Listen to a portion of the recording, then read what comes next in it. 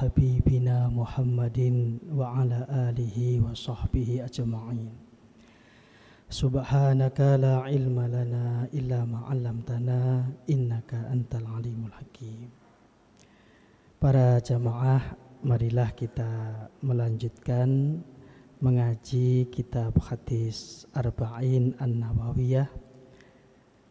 Pada siang hari ini kita akan membaca hadis urutan ke-20. An Abi Mas'udin, diriwayatkan dari sahabat Nabi yang kunyahnya Abu Mas'ud. Uqbah bin Amrin, yang namanya adalah Uqbah bin Amr Al-Ansori, sahabat Ansor, Al-Badri, orang dari daerah Badar, karena sahabat Uqbah bin Amr ini mendiami daerah Badar, lalu disebut dengan Al-Badri, orang dari daerah Badar. Radhiyallahu anhu. Qala Rasulullah sallallahu alaihi wasallam, Rasulullah sallallahu alaihi wasallam bersabda, Inna mimma adrakan nasu. Sabdanya Rasul, sungguh sebagian dari apa yang didapati oleh orang-orang min kalamin nubuwatil ula, dari kalamnya nabi-nabi terdahulu. Berarti Nabi Muhammad akan menyampaikan salah satu dari kalamnya nabi-nabi terdahulu yang sampai kepada umat beliau. Nggih, matur nuwun.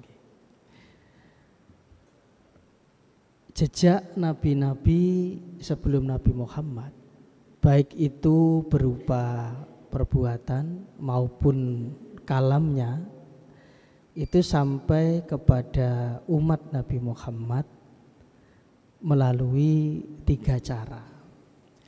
Ada yang sampai kepada umat Nabi Muhammad melalui hikayat Al-Quran. Misalnya di Quran itu ada ayat qad aflaha man tazakka wa dzakara isma rabbih fasalla bal tu'thirunal hayatad dunya wal akhiratu khairu wa abqa.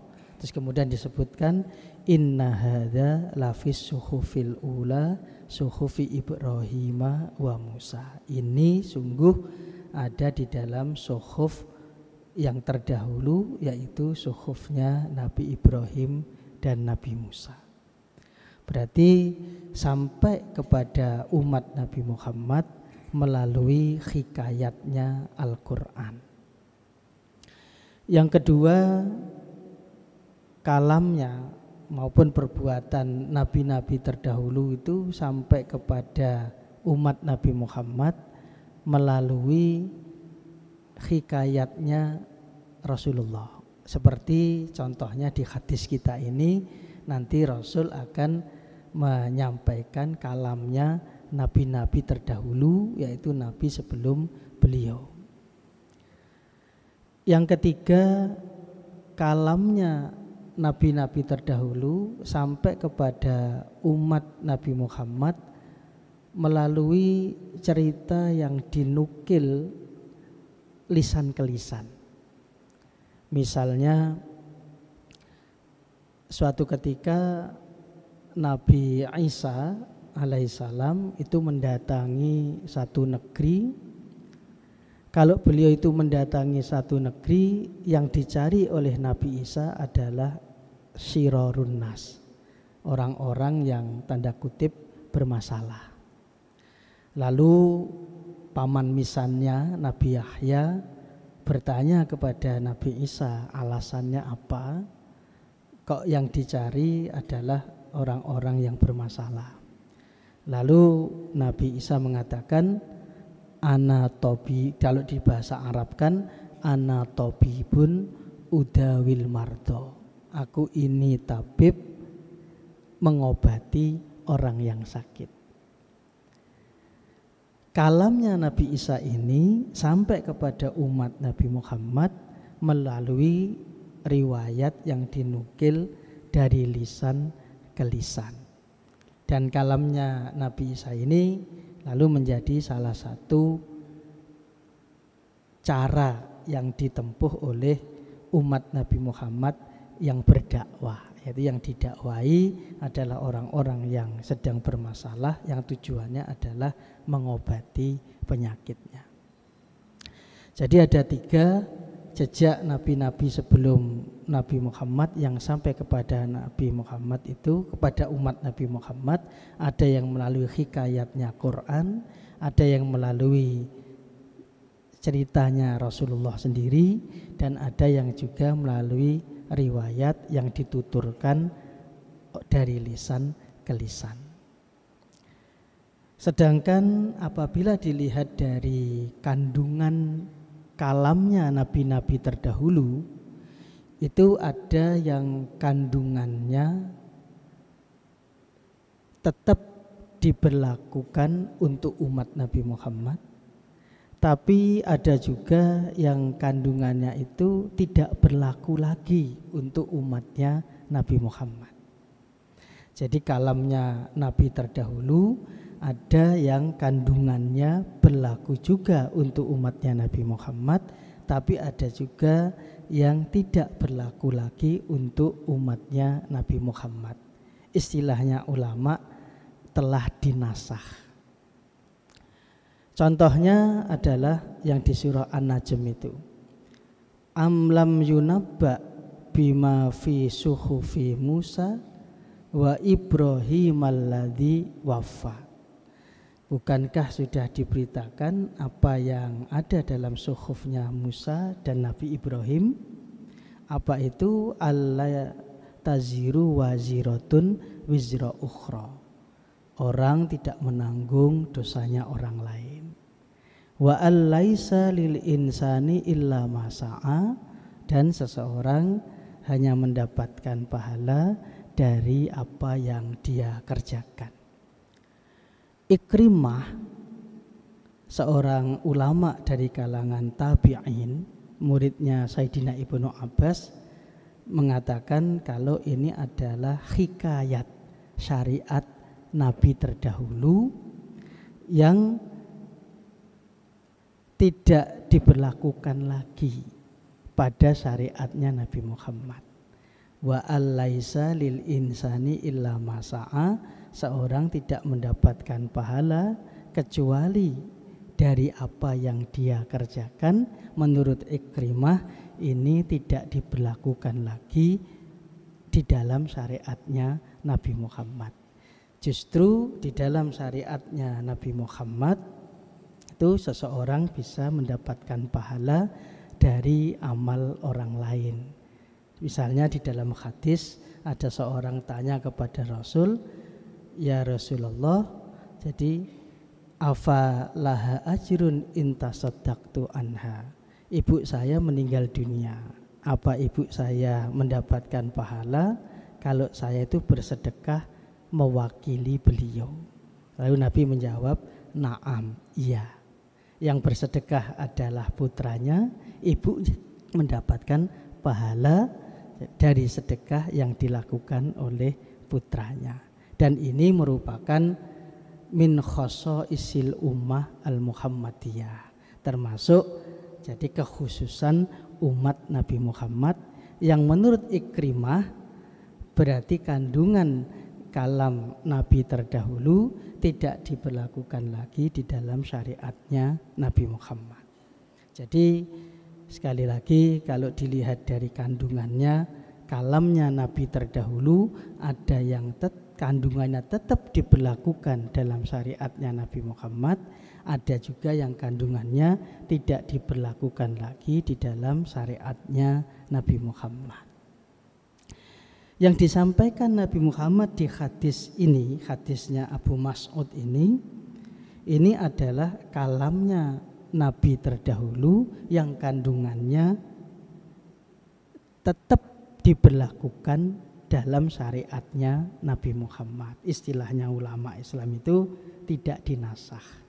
Makanya Ibnu Daqiqil Id mengatakan jadi lam yunsakh fi syara'i'il anbiya'il awwali, tidak dinasah di dalam syariat nabi-nabi yang terdahulu sampai kepada syariatnya Nabi Muhammad. Karena itu Nabi Muhammad menyampaikan kalam nabi terdahulu ini. Apa kalamnya?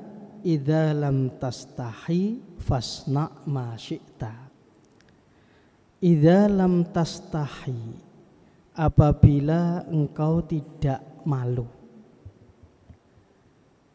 Malu itu adalah kondisi kejiwaan, emosi yang ada di dalam diri manusia.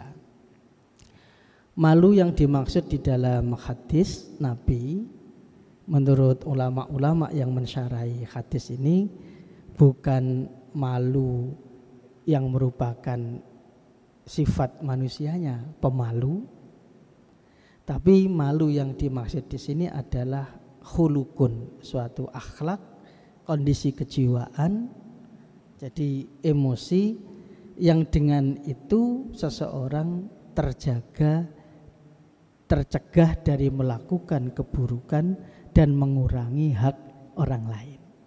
Jadi malu yang disebut di hadis itu bukan sifat pemalu, bukan pula malu karena gagal di dalam usahanya, juga bukan malu karena penilaian orang, tapi malu yang dimaksud di sini adalah suatu akhlak, kondisi kejiwaan yang mencegah seseorang dari melakukan keburukan dan mengurangi haknya orang lain. Berarti malu di sini adalah moralitas.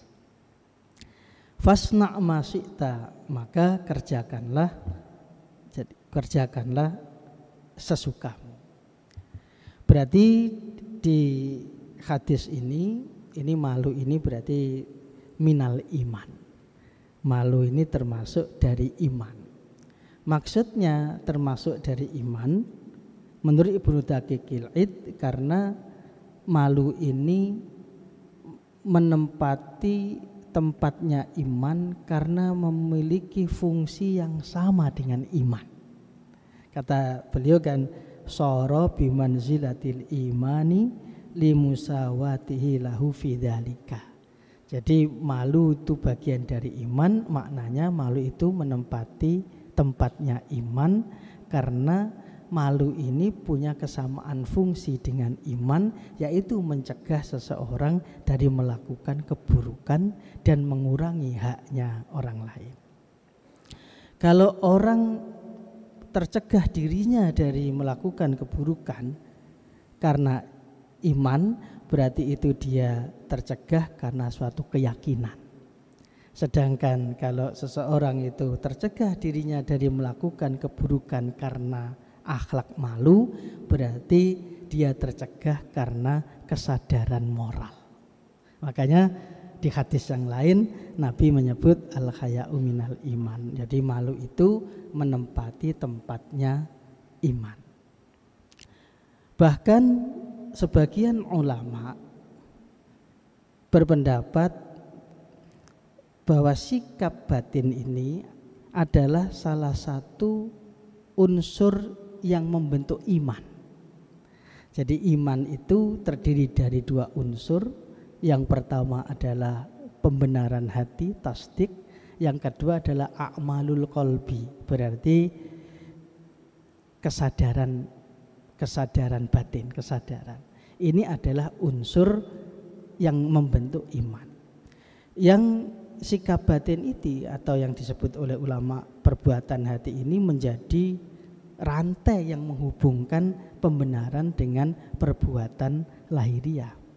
Kalau sikap ini tidak ada, maka rantainya tidak ada, berarti yang tertinggal, maka berarti unsur keimanannya tidak lengkap. Karena unsur keimanan tidak lengkap, lalu ulama yang berpendapat demikian itu menyebutnya orang itu hanya muslim saja.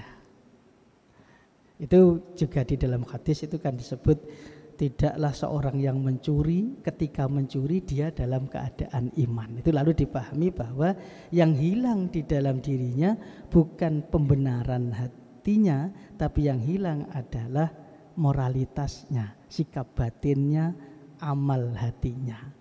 Karena itu dinafikan, itu berarti yang dinafikan bukan pokok imannya, tapi yang dinafikan adalah kesempurnaan imannya. Salah satu unsurnya tidak ada. Karena salah satu unsurnya itu tidak ada, maka yang bersangkutan hanya disebut muslim saja, bukan mukmin. Orang yang sedang nyolong, ya berarti saat itu dia hanya muslim saja, dia tidak mukmin karena moralitas sikap batinnya tidak ada.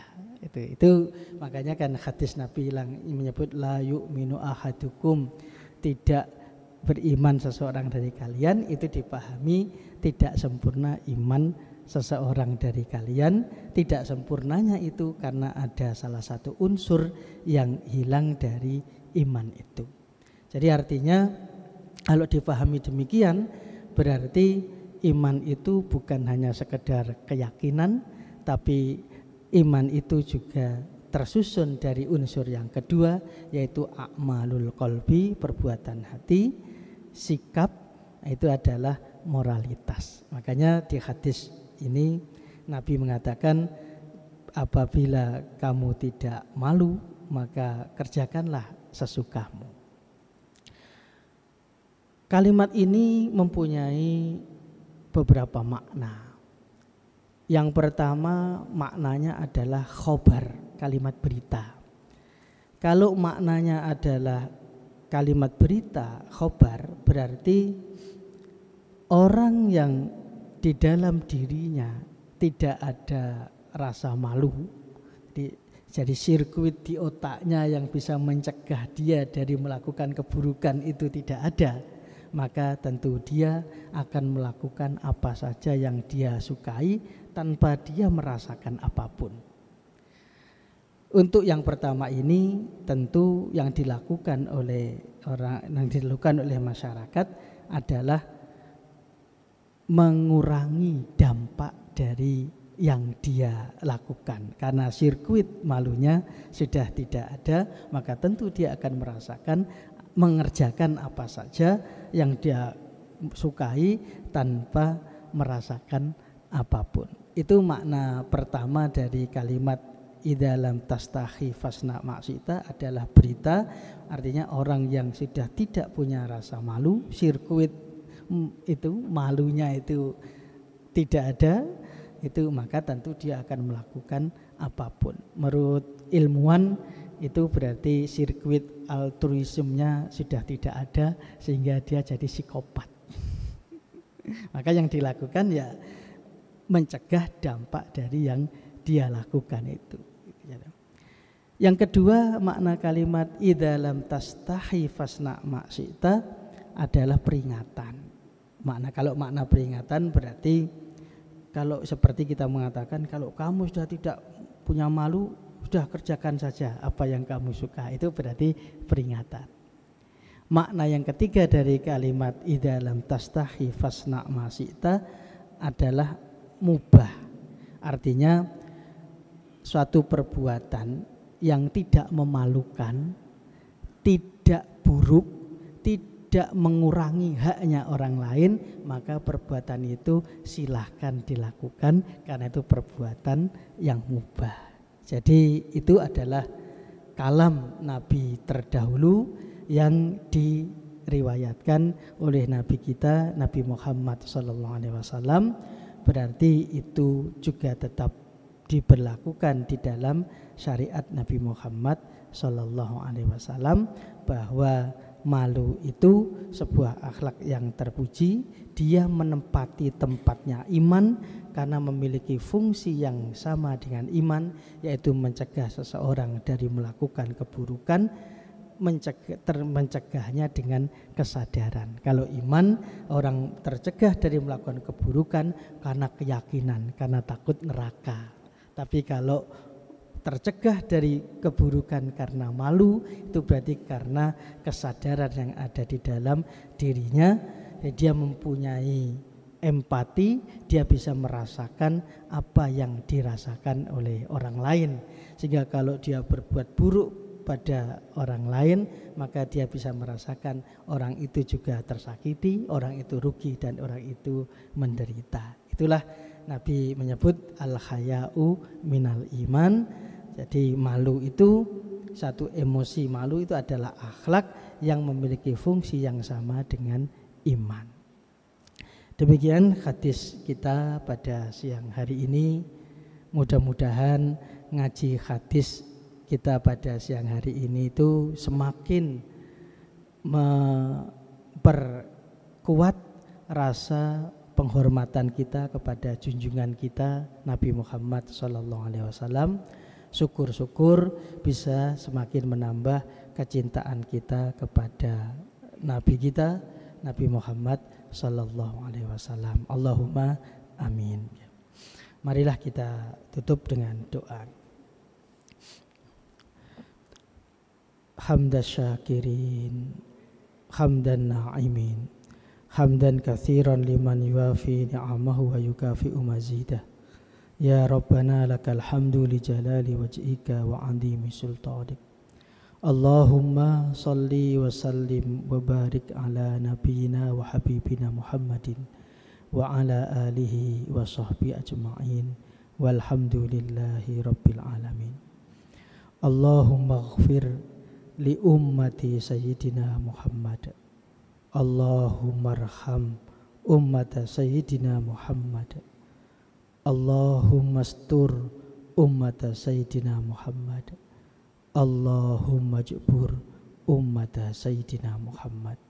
Allahumma rabbana atina fid dunya hasanah wa fil akhirati hasanah wa qina adzabannar wa adkhilnal jannata ma'al abrar ya aziz ya ghaffar ya rabbal alamin. Subhana rabbina rabbil izzati amma yasifun wa salamun alal mursalin walhamdulillahi rabbil alamin. Subhanakallah bihamdika asyhadu an la ilaha illa anta astaghfiruka wa atubu ilaik.